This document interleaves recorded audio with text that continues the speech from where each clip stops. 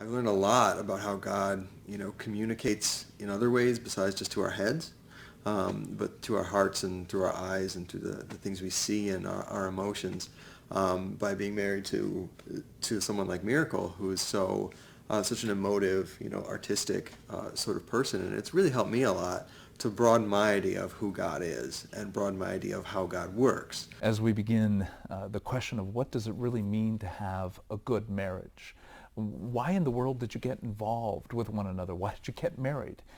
For most of us, to be honest with you, we got married because we felt lonely, or we sort of had that sense that the person that we're with sort of fit us in a way that nobody else did.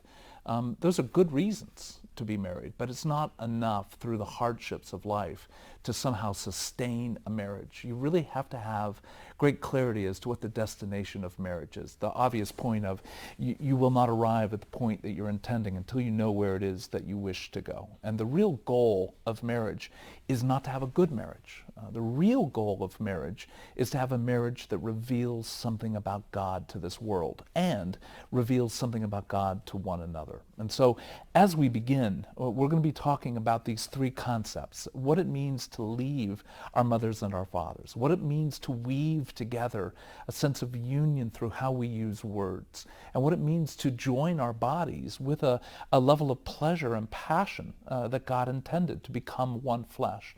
If that's how marriage is meant to work, still the question has to be asked: what is the real goal of marriage?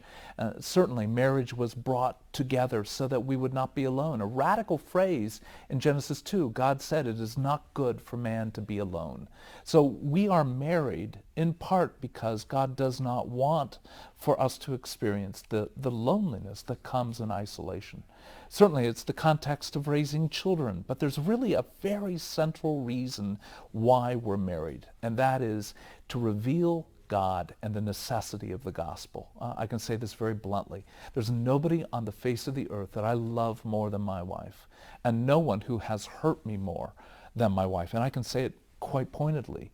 No one have I hated more than my wife. So if there is a deep sense in which the person you're married to reveals something of the necessity of God, in the pain that I felt with my wife and she with me, there have been moments where it really is a taste of hell.